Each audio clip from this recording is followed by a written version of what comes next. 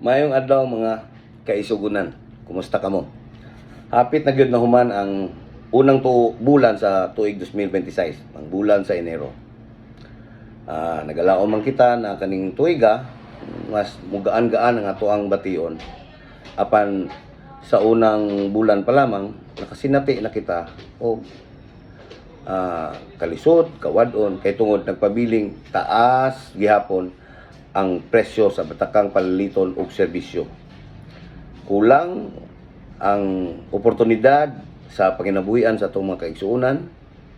Siyempre pa, mas nagkaigting ang panagbangi sa politika sa atong nasod. O pakapinan pa kinig mga trahedya sa unang bulan pa lang.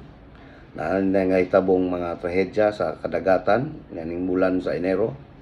Linaot kita na mas magamping pa kita aron malikayan kini ng mga trahedya o dili mo kalas o kinabuhi. Ang pinaka igang diya mga kaigsunan kay sumala pa sa panggamhanan na nagsakit kuno ang presidente sa nasod tungod sa grabing kakugi niini. Simbako ka.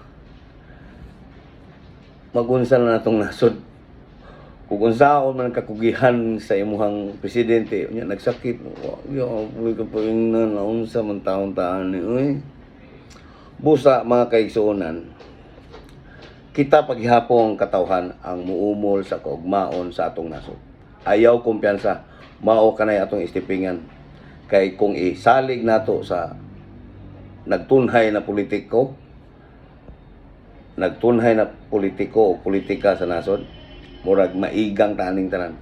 So, kita ang katawhan maoy muumol sa kaugmaon sa atong nasod, wa nay lain pa. Ayaw mo kumpiyansa, istipingan tani noon sa demo. All right?